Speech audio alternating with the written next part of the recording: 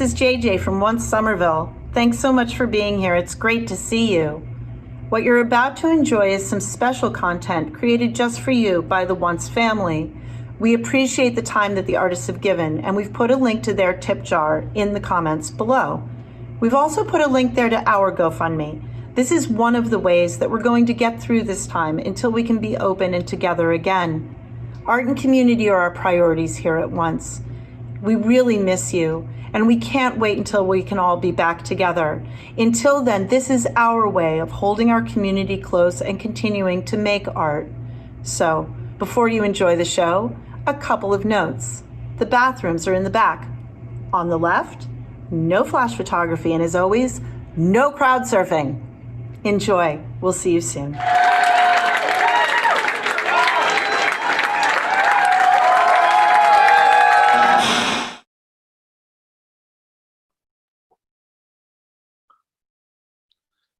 Thanks, JJ.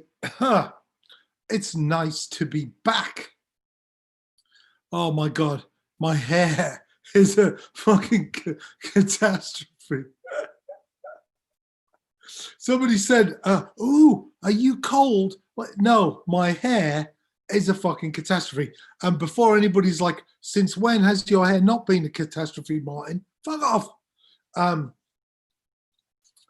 So today is art and entrepreneurship in a time of crisis. Anybody have any questions before I jump in? Oh, hey, Caroline, how you doing?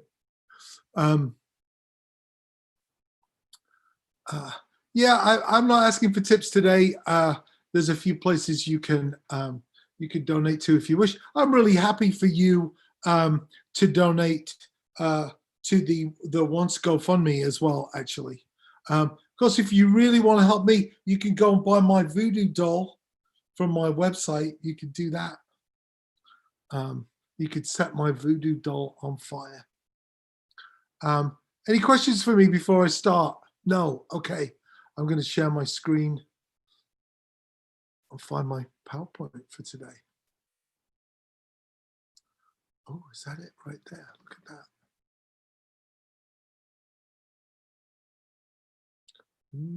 Wow, I really like that Heaven 17 song. It's in my head now.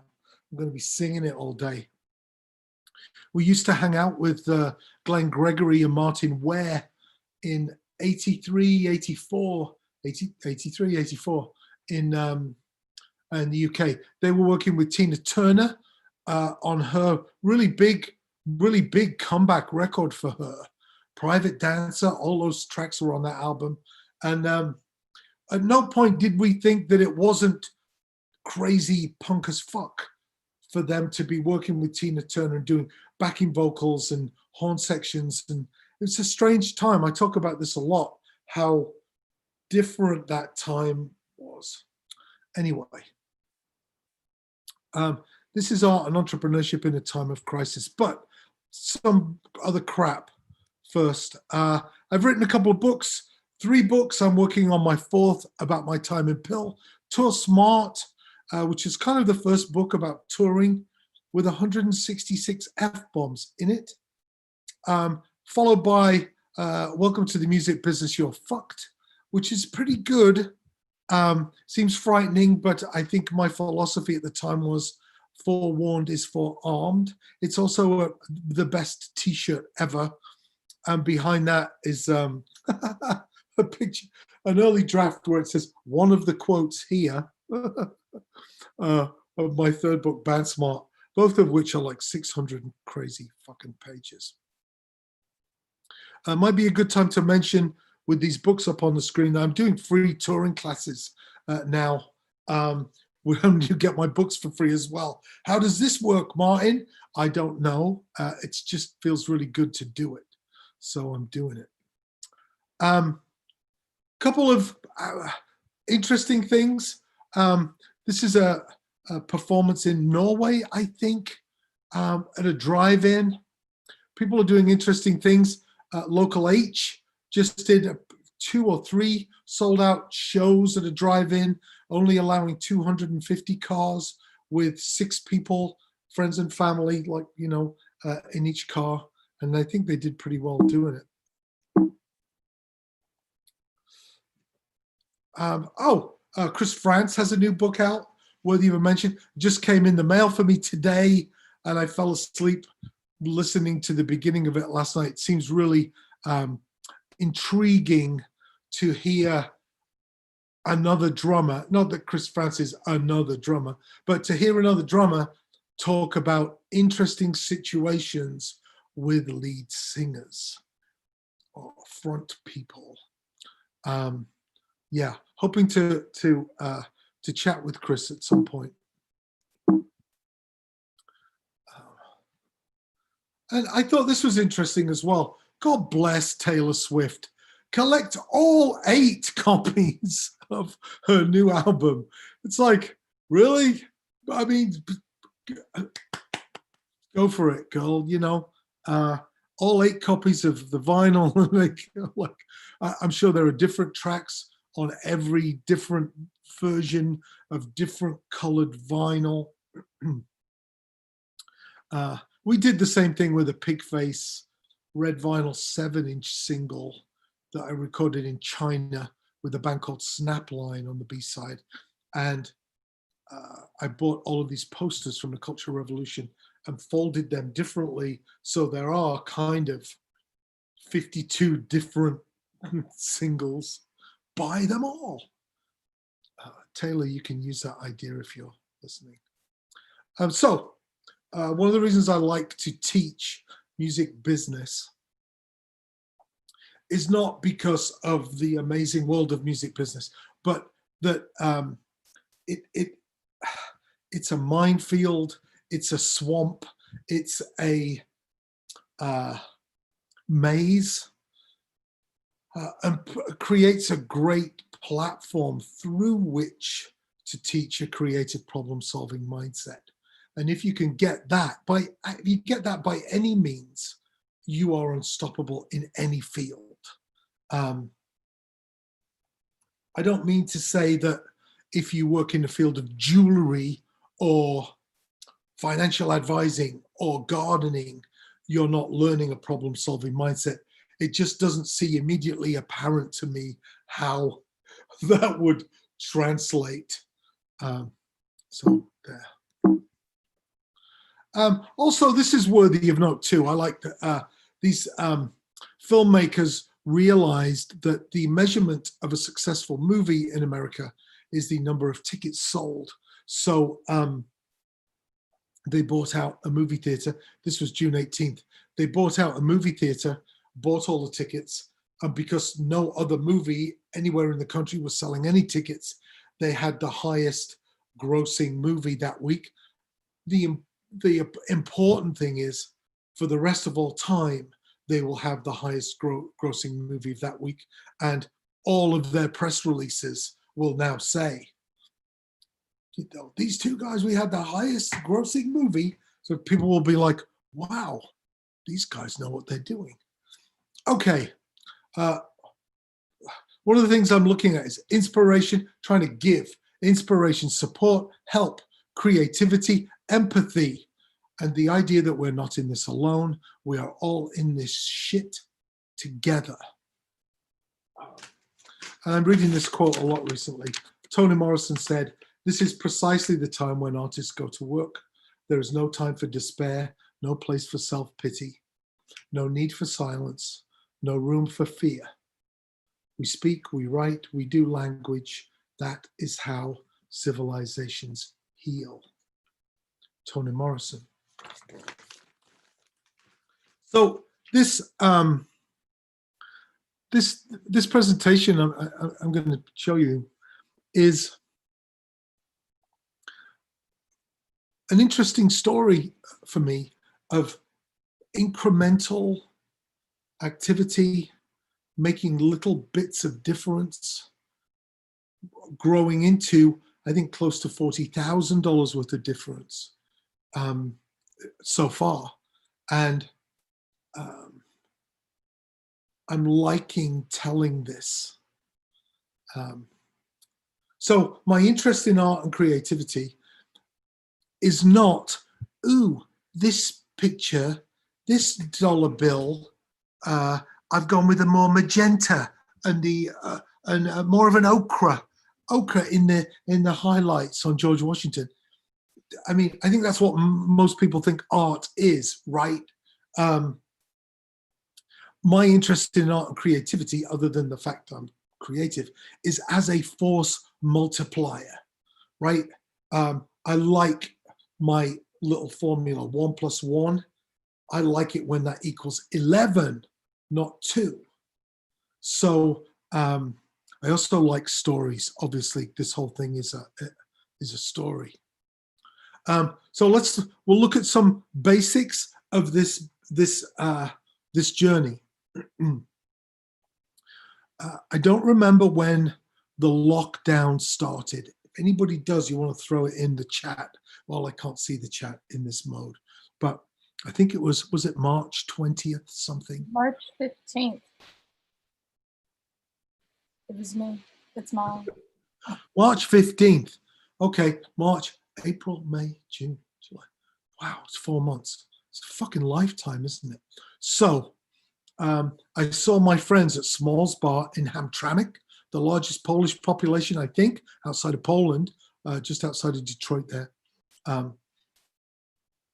I saw that they were doing this. I saw it when it was sold out. Update, sold out. The Smalls online store, the golden ticket gets you and a friend into any 10 shows. I think it was $250. Only 25 available. So what's 250 times 25? That's 2.5, 5 grand. 7.5 grand? 7.5 grand, is it? They made $7,500 like that. They had to create this golden ticket. Somebody there did the thing. And at some point, they will have to let 25 people into a show. But only once they're open. So this is like a cash flow situation. And the Hideout, I might have mentioned some of this to you when we were looking at screen printing or merchandising. The Hideout here in Chicago, tiny venue, created Hideout books. Now, they did it creatively. They did it masterfully. They had local artists design the books. So these are 2 of, I think, 10 different bills they had made. And because it's part of their mission to support artists in their community, it's $25 for a $20 bill. $5 goes directly to the artist. And I think some artists did very well out of this. So that's great. They're fulfilling their mission to help artists. But here's the idea of this, which is so smart. There's something called fulfillment rate, I think, which is common parlance for cereal manufacturer coupon people.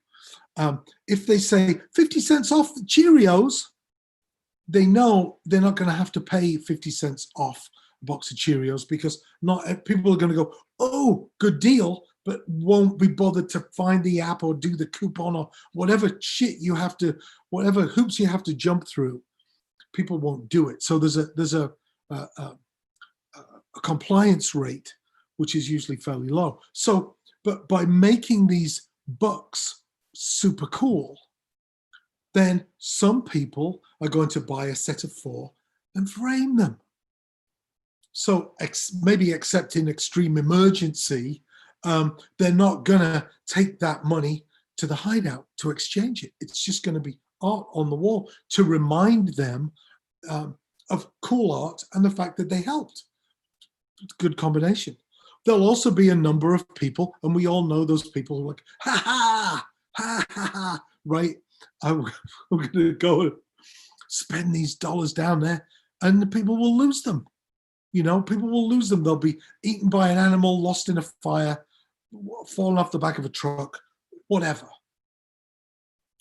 And then there will be, let's say, 30 people out of 100, I don't know, who actually do take the Hideout books to the Hideout, but it doesn't cost the Hideout $20 to give you $20 worth of Pabst Blue Ribbon. It probably costs them $4. So the cash flow benefit, the art benefit, the community benefit, the we are supporting artists even though everything's fucked benefit is just great.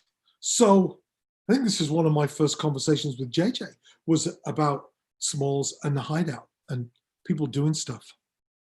So yeah, it doesn't cost $25 to fulfill a $25 coupon. So in this same week, I got to Dark Matter Coffee. And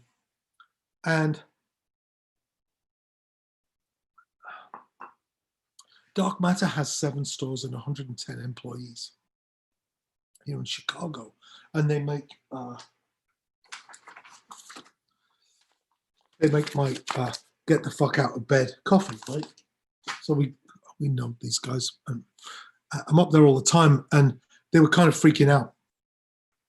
So I immediately donated $100 to their Help Our Employees fund. They were trying to raise $20,000, which they did, to pay to their employees, and working out a way to maintain their health benefits. So I think, like, instead of laying off 10 people, everybody had a small reduction in hours that enabled them to keep their health, whatever.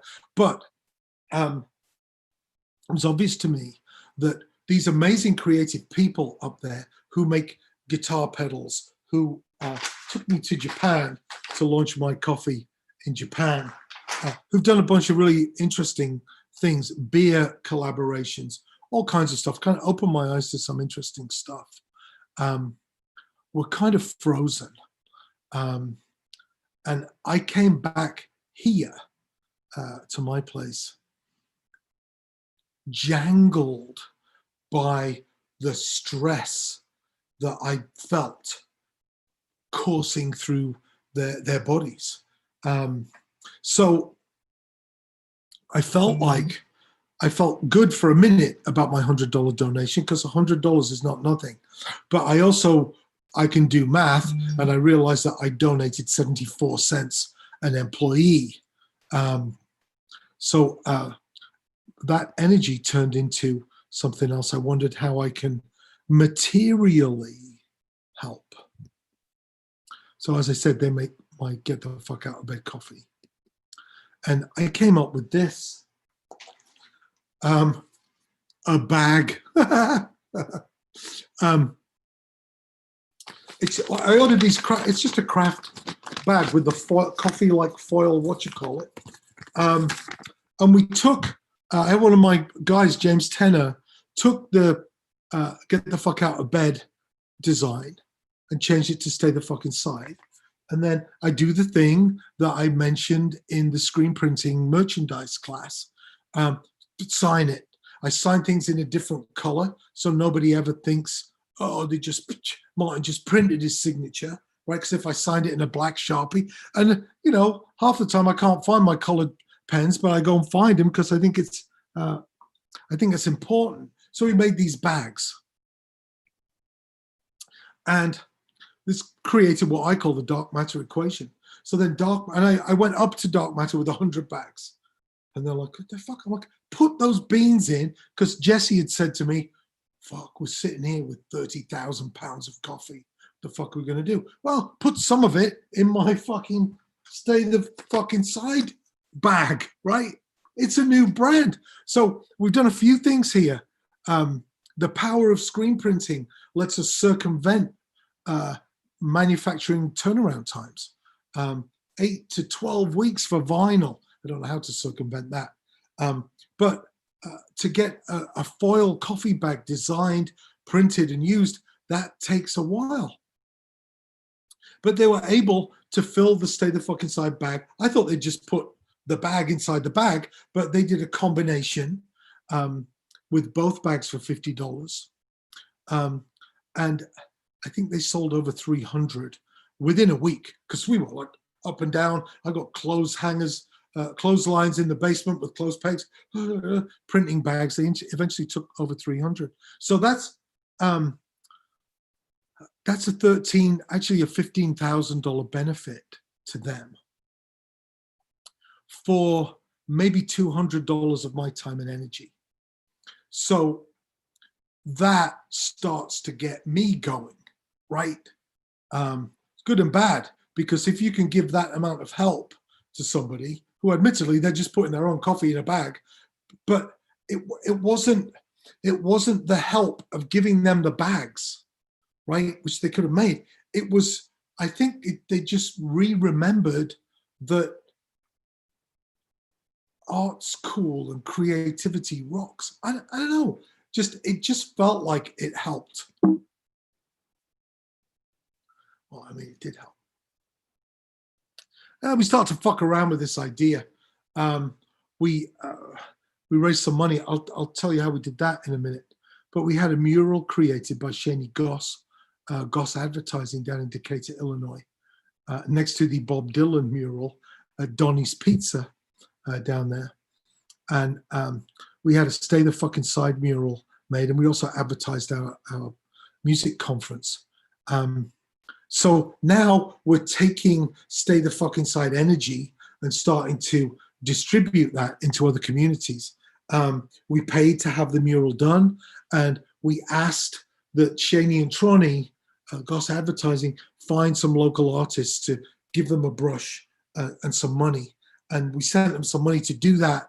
And then they ended up giving restaurant coupons to the people who'd helped. So everybody's getting helped. It was just fucking great. We did a t-shirt, Stay the Fucking Side t-shirt, and a poster. And now, because I've seen Smalls in Hamtramck doing stuff, right, I'm looking to create a force multiplier, not just like, here's some shirts, what do you think? I'm looking to create a force multiplier. So I sent 20 shirts to Smalls in Hamtramck. And now you can see I'm customizing the shirts. So it's another screen, it's more work. We're doing acetates and whatever, exposing screens. But they take the shirts, and of course we send them the bags, not to put coffee in, but to put the shirt in. But they also put a couple of 4 drinks tickets in the bag, because we told them about the hideout box, right? So now they sell these bags for $45 each, and that's $900, which cost me $130. So it's kind of like a help drug.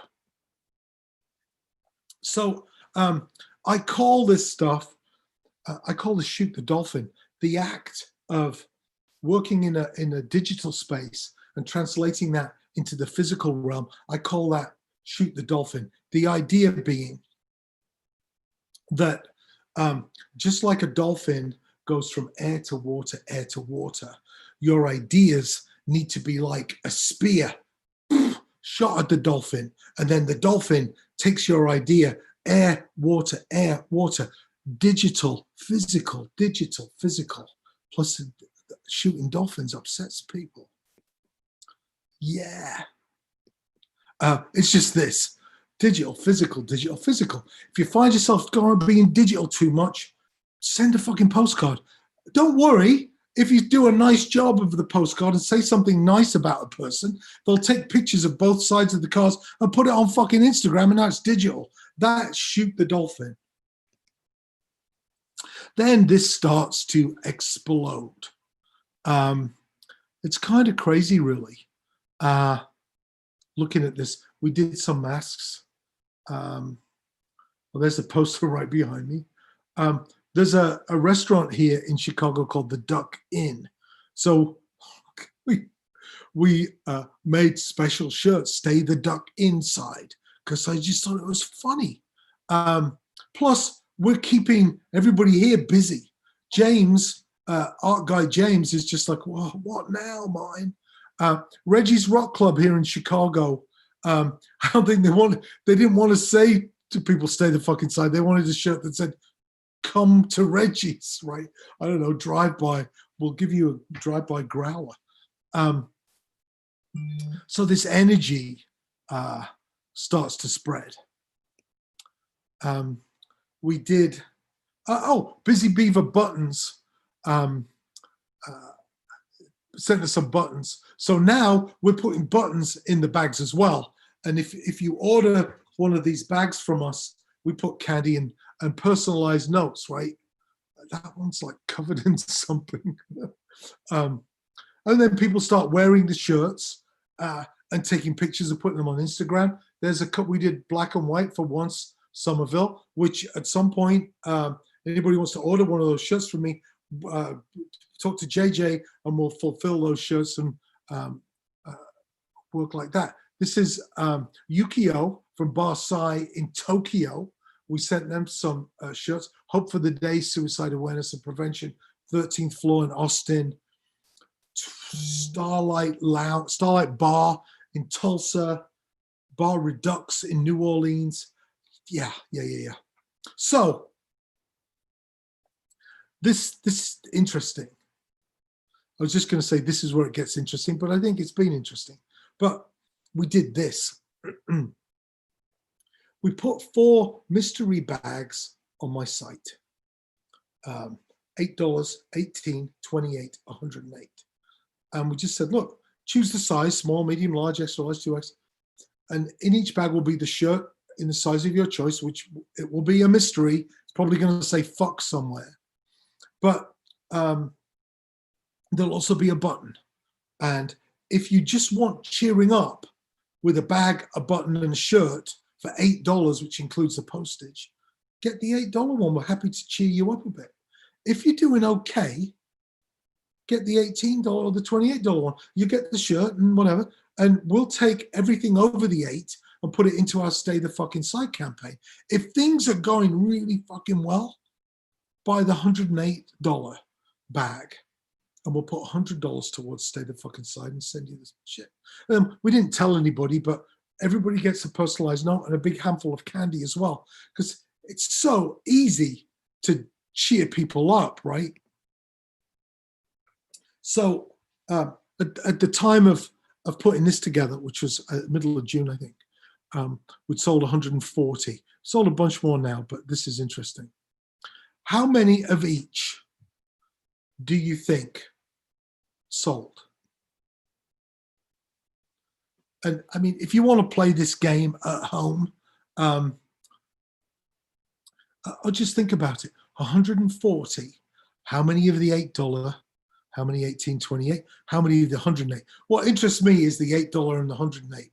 If this was England and we were Burger King giving away French fries, we'd be screwed by 10 in the morning. That actually happened when I was living there.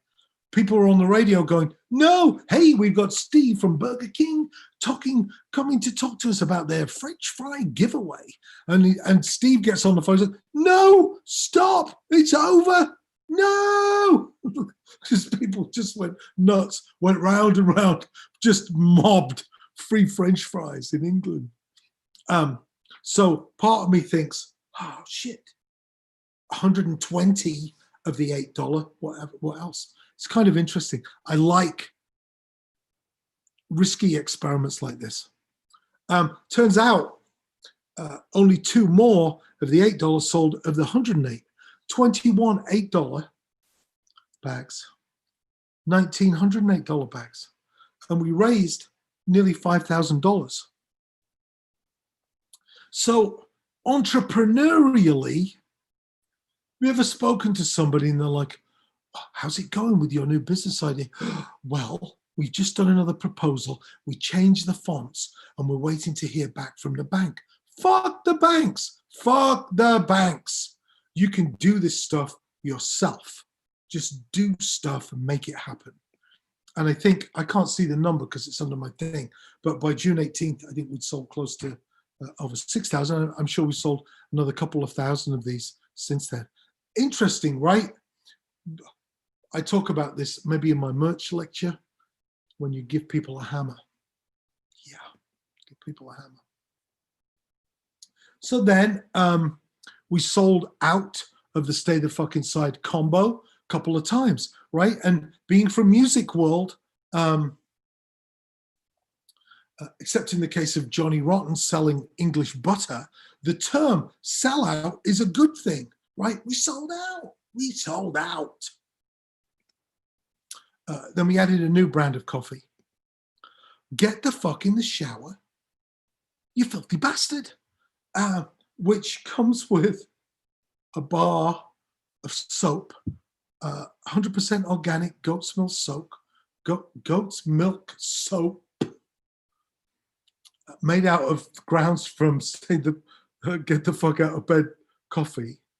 Dark Matter switched to stay the fuck inside to one of their foil bags because they've had time to do it. And this bar of soap comes in to get the fuck in the shower bag, which is, of course, signed.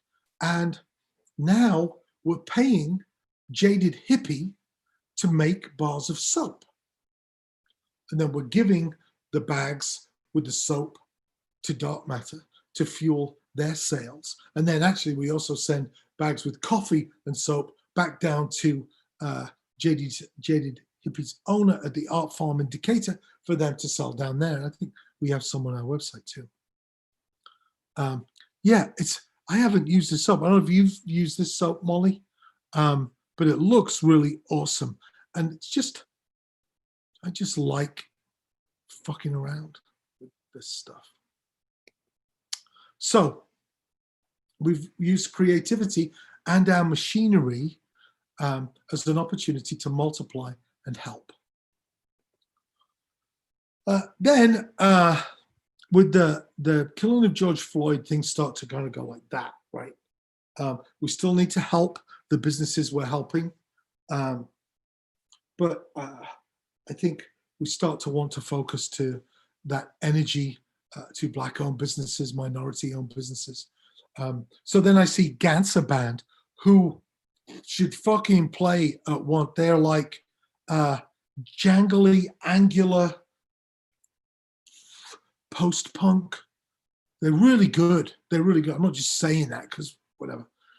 They're really good. I like them a lot. But I like them even more because they said that, hey, 50% of the proceeds from our Bandcamp 3 weeks ago, we're going to donate to Chicago Food Depository and the bail fund for protesters. And look, so they said the proceeds from shirts. I'm like, well, let me do the shirts for you, and you'll make more from the shirts, and you'll have more money to donate. Once again, I'm not looking to give stuff to somebody who's going to go, oh, thanks, and still have 8 shirts left in a year's time for Christmas presents. I'm looking to force multiply, help spiritually, morally, and financially people who are doing stuff. And we made them a banner as well because, like, why wouldn't you? Yeah, I think they raised $1,500 for their funds. Whilst, side note, promoting their shit and getting people to talk about their band, which is really great. This is Bar Redux in New Orleans. A great tiny little bar down there. Martin Atkins, stay the fuck home t-shirt. 2 drinks or beer tickets, $4 each in the shirt. And that's gone really great. The Starlight in Tulsa sold out of 20 in like 16 hours. I think we're going to send them some more. And now people are wearing these shirts and posting stuff on the internet. It's like, wow. It's a cool little hit single. So just to talk about a story for a minute and the power of story. So, of course, I'm a businessman and I can run a spreadsheet, but I love stories that illustrate to a business person the power and value of creativity, problem solving, and art. I'm not saying that outside of these things, art and creativity isn't valuable. I'm just saying there are people that don't have time for some of that stuff because they're too busy trying to make a buck or try and put stuff on the bottom line. And there should be a column for grooviness, longevity, empathy, vibe, right? Anyway, so now, of course, I'm telling the story, right? And I learned about this TED Talk by David J.P. Phillips. He talked about a significant object study by a guy called Robert Walker. He bought 200 items on eBay and then I can't see the number that he bought them for, $180 for 200 objects. And he asked writers to write a story and attach it to each object. I like to use the example of like this orange milk jug. It's a fucking orange milk jug, cost 99 cents. As a kid, with the wind, the early morning wind, blowing the curtains downstairs at Grandma's house, I'd love it when she put the milk jug on the table, still frosty with condensation from the fridge, and I'd have cereals with Grandma before going to school. Shit like that, right? So he attached the stories to the objects. Oh, okay, for $62. Okay. He sold that horse's head for 62. It's pretty crazy. The 200 items he bought, attached to stories, he sold for $8,000.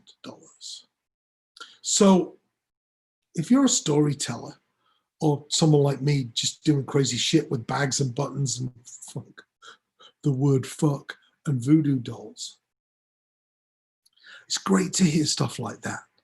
It's kind of a metric from accountants' world of the value that we all know about stories. And stories are really interesting, for so many reasons. So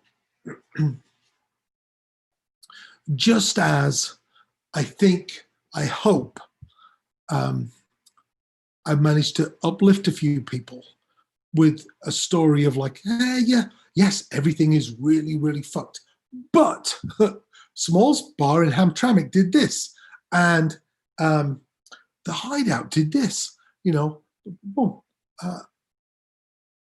4 or 5 Fridays ago, we've been doing a lot every week. I haven't had 2 days off since January. I've had very few single days off. And so this Friday, I was like, I was just fucking beat from the week, And here's this package, big white envelope in my mailbox that I got home. Go out in the back garden and open it. And it's a letter from Halyard's Bar in Brooklyn. And the owner says, I accidentally saw your screen printing workshop. It was the first thing I did one Thursday, maybe in April, maybe May. I just did a screen printing workshop, like, hey, maybe this is useful. I don't think I've made any bags yet. I don't know. But I sit down, I open this up. She said, I accidentally watched your thing. I was bored, and my friend said, you should watch Martin's screen printing workshop. It might be helpful. And she said, I watched what you did. And now on Tuesdays, we clear out the bar and go on the tables and we print bar towels with our logo.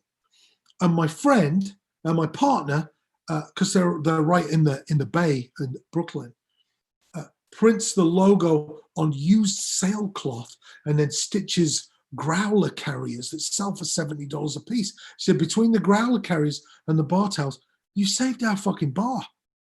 That week. I'm not saying why save the bar, right?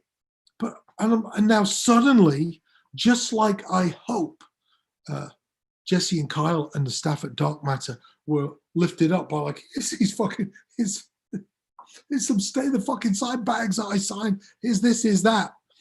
I found myself being uplifted by somebody else's story, and now we're doing shirts for Halyards and sending them shirts to multiply their force that they're already exerting. And what a great end. Well, not an end. The end to this story is going to be me in there having a couple of pints and scarfing down some lasagna. But the end to this part of the story is when I go and look at them online, they're giving free pints of beer to first responders. So it's like, yeah, fuck, exactly the people you want to be helping. That's universe shit, right? Stories also create dopamine, oxytocin, endorphins, and visibility, right? See that TED Talk if you're interested in this stuff. And now we continue to pivot. This is Chelsea Carter. I think she's on the Discovery Channel's Making the Cut show, maybe? Not sure. Project Runway. Huh? I thought it was Project Runway. No, it's not Project One. I would know Project Runway. It's like the Discovery Channel's other one. Or maybe it is Project Runway. I don't know. Is it? I don't know. Well, okay. So she's designed clothes for Chance the Rapper, and she's a designer of repute. And I just messaged her one day. I said, hey, because she was sold out of some shirts she was making. I'm like, hey, if you ever want me to make some shirts, I'll make some shirts for you. So now we're doing shirts for Chelsea and her company to raise money for, I think, the Bond Fund, Black Lives Matter, whatever else they choose to be involved in. This is Ad 2, Andre, who, if you see my band Pigface, there were 4 amazing performers who jumped on stage with us at the Thalia Hall show. And he is a mentor to all of those. So I call Andre all the time, like, hey, we're doing this thing, send some of your kids over. Sometimes he shows up and raps with them. The most electrifying, satisfying night I've had in a long time. And so we're doing shirts for Andre, who I think is having like a distance outdoor block party jam, maybe tomorrow night. And now we're doing a new coffee, Brush the Fuck Out of Your Teeth, which will come with its own a bamboo disposable toothbrush with a little thing of toothpaste in a craft cardboard, same as the craft bags, craft cardboard box that I think I can screen print 4 at a time. So, and then I guess we'll have a get the fuck out of bed, get the fuck in the shower, you filthy bastard. Oh, stay the fuck inside and brush the fuck out of your teeth collection. I'm working on a poster that commemorates the series, which is kind of ridiculous, my coffee series. I might number bags in the collection. I don't know. We might do a free poster with if you buy the set, right? That's kind of like gas station economics, right? Collect the set. But yeah, that's where we're at. Oh, okay, that's my slide. Didn't know that was my next slide. Collect the set. So it's kind of exhausting for me right there. I don't know why. It feels like it's less energy to do this than it is to talk about it. But it's exciting for me to see this Lego Eiffel Tower that started with one piece of Lego on the table, right? So for me, I don't fucking know how to solve this huge problem or that huge problem, but I can print a fucking brown paper bag. And that's kind of become some kind of philosophical motivation for me. I don't know about that, but I know about that. And I don't know if that helps you or you know somebody that might be helped by that. I don't know about that. I can fucking beat the shit out of an egg omelet. All right, make some omelets for people. I don't know. You know, Molly's went nuts with sourdough starter. You know, whatever it is you're thinking. Well, I can't do that, but you could do something. I guess is my point. And I don't know what's happening to me. I've had a few days where I've been absolutely exhausted, and I think I've reacted to this very differently than some people. I think some people, when everything was locked down, people locked everything down inside themselves as well. and got really deep and dark for a while, and I started to come out of it. I think for me, I put my head down immediately into creative work, and I know myself well enough to know at the end of a tour, at the end of a creative spell of intense work, the rubber band runs out on the little wind-up paper plane, the little wooden plane thing. When my rubber band winds down and snaps, I'm going to be in bed for 3 days. But this has been keeping me energized and going. And events like this too, I guess, too, yeah. So I'm going to stop sharing my screen. Oh my God! I have to mention Symphony as well. Oh my goodness! And we're helping Symphony. She's making this valid shirt series, hand splattered with bleach from one of the first. Did I do bleach splattering in the workshop? And the idea that she has is that you buy the valid shirt.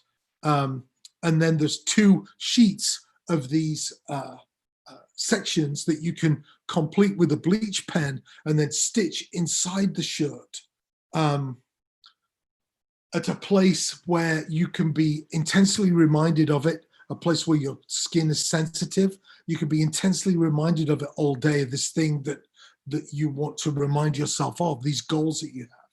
I just love the idea. And of course, at some point, I want to introduce Symphony to Chelsea because, hey, you're both doing this amazing stuff.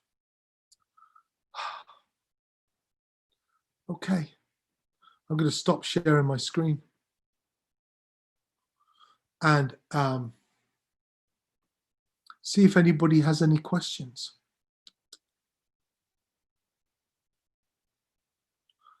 Feed your star.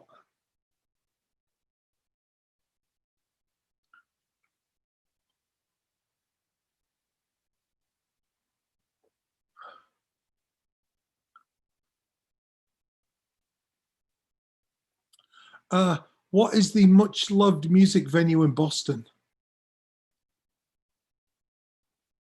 I'm asking because I know a lot. I got my nose and my jaw broken at the Rathskeller, motherfucker. Spit, Storyville, The Channel. Been there, done that. Young and Useless opened for PIL at The Channel. Is Storyville the club that was in the strip club? What time do we go on? After 2 more strippers and you're on. Oh, the Middle East, okay. I've never played there. How weird is that? What's the other place? Man Ray. Played some places in Boston. And of course, the Orpheum, the first place we played with PIL. So the tiers. Well, so you need the very low level tiers where even people who don't have money can be involved and help. And I found that if you run a campaign,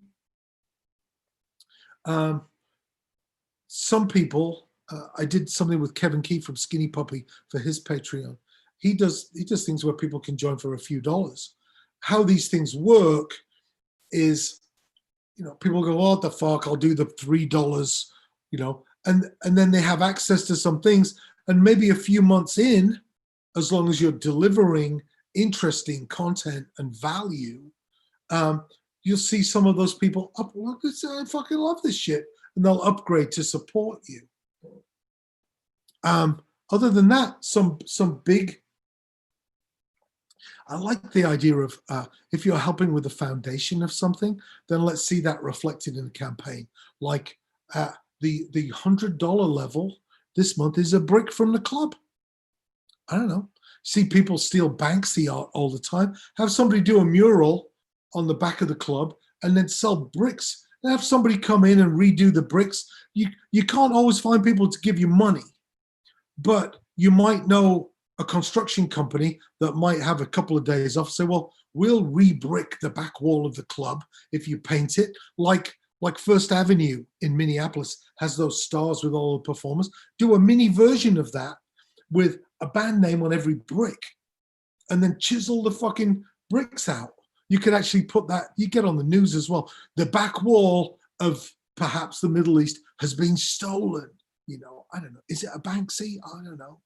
There's all kinds of stuff you can. Oh, Man Ray closed in 2005. That's me, finger on the pulse. Is the Rathskeller still open? I don't know.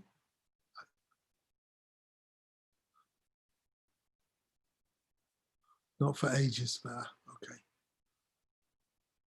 okay. Have I seen that? Have I seen the documentary of Melody Makers? Radio is dead. Well, I think for some people, radio is dead. I think some people are just happy to put their favorite songs on repeat and be reminded of that time, that crazy time, the time you did whatever you did. But for me, I grew up with John Peel, so I will always miss that curation, the trust. After 3 years, John Peel could have played anything. We'd be like, oh, we try with open ears to understand and enjoy and embrace. I miss that. But I don't think radio is trying to do that. And now the compartmentalization of radio is like, it's the Tom Petty station, it's the U2 station. It's like, the as a discovery medium, I don't know. Is it still what you call it? Morning becomes eclectic. There's just a few places. NPR, Bob Boylan. I don't know. I don't know if it is dead. Actually, I know it isn't. I think there. I think I said a couple of times, well, radio's over. And then somebody gave me a statistic, which was just like, oh, I'll shut my mouth. Radio is still big, but I think it's more about reinforcing what the community has already decided is cool than challenging the community. Because the problem with challenging the community is if they don't like a certain thing, you're going to lose your advertisers. What's a luxury hotel? The Rathskeller is a luxury hotel. I fucking love that. Even the shit hotels are luxury hotels. The Iroquois in New York, the Georgian Terrace in Atlanta. Wow. FMU. Yeah, FMU. Yeah. Well, you know, my history, FNX, was that Boston, and WBCN. When the first time I was on BCN in 1980, that was Oedipus. Like, who the fuck's this guy? What's his name? Oedipus. He's got a parrot. What the fuck? And his assistant was Carter Allen. And we were on, it was like 1 a.m. because we were public image, and people were worried that we were going to say fuck, because we did. And so, yeah. Oh, Boston radio was great. Is it not worth trying to get your song on the radio? No, it isn't. I don't think it is worth trying to get your song on college radio. I don't think that's your goal. I think your goal should be printing a brown paper back, right? One step at a time, one fan. How do you put 20,000 people in a stadium? I don't know, but you can make one friend today. You could get in the chat and make one friend today and make 2 friends tomorrow and get diarrhea and not make any friends for 3 days, but then get back on it and make 1 or 2 or 3 friends a day for the rest of the year, until eventually you need a 20,000 capacity stadium to put all your friends in, if you so desire to do that. I think your goal should be relationships, interaction, helping people now before you help yourself. I think there's way more stories, vibe in helping other people right now, and eventually somebody at the college radio level will help you, right? I said to that a band in Chicago, there's 9 members in the band. I'm like, well, okay, you're fucked. If you get offered a tour of Japan, you can't go because there's 9 of you. It just doesn't make sense, right? But go and paint some old lady's house. Go and do something that 9 people could make short work of, some charitable, giving, roll up your sleeves, elbow grease, helping activity, and I'll listen to your shit. And everything's like that, you know. Don't play somebody at radio a track going, wait till you hear the middle 8. Nobody's going to wait till the middle 8 if it doesn't grab their attention. They're not going to get to the middle 8. But don't have getting radio play be your hit. Write some your goal. Write some great songs and be awesome and do interesting stuff, and people will get interested in you. Advertising is the cost of being boring. There's a rat room, at the hotel. My recollection of the Rat, we played there once with my band Brian Brain, and I was also there at a G.G. Allen show where I got my nose and jaw broken because I threw him on the floor. I unplugged the microphones, unplugged the bass, unplugged the guitar, and yeah. But my recollection is the guy who owned the club had a voice box. And so I was told, you didn't sell enough tickets, you will not be paid tonight. It's so fucking frightening. How would you print on a beer mug? I don't know, but people will do that. People will print on a beer mug for you. These coffee mugs weren't much at all.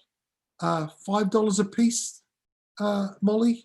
$6 or something? I don't know. Yeah, somewhere in there. Right. But here's the problem. When I can print one bag, I'm fine. I can go and print another 200 tonight, whatever.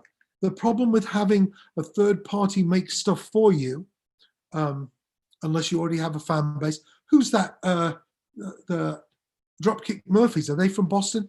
If they got some glasses done, they could have 1,000 glasses made. They get a cheap price from the volume discount and they go over great. If you don't have a huge audience, and you're just thinking a glass might be cool, you might be sitting on 100 glasses. You might sell 5, and so you're sitting on 95 glasses for the next 10 years. Oh, Christmas time here, bring out your band's glasses again, you fucking loser. Right?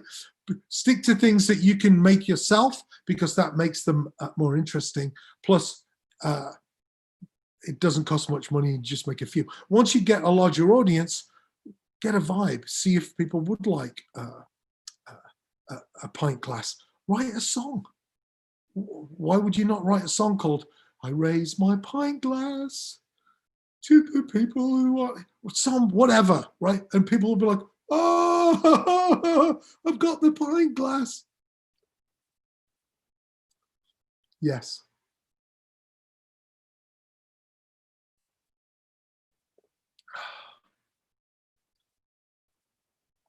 How much do I ask for the mugs? I don't know. 15 something. Oh, there you go. Molly. Thanks, Molly. No, we don't get them for 3. I asked you that the other day. You said they were $5.25 or something. I just checked again. Oh, okay. $2.85. Really? Yeah. Okay. So, did Motor have? Yeah, Motorhead. There was a few things going on with Motorhead, and I think if you are authentic, and there's that word, but if the things you're doing are authentic, and it works. I mean, I've been tweeting "get the fuck out of bed" for 10 years. I've only had my own coffee for 3, so it just makes perfect sense. I'm just trying to get people to get out of bed to get 5 hours ahead of their competition. 73 days a year ahead of their competition if they just get out of bed 5 hours earlier every day than some lazy fuck lead singer in a band, right? So, okay. So I'm kind of at the end of my thing. I apologize for my hat. Can I, Molly, did you put a link in for, oh, thanks. Can you put a link in for our free classes? If anybody's interested in our free touring classes. It's basically this kind of stuff applied to touring. I've got some really good touring stuff.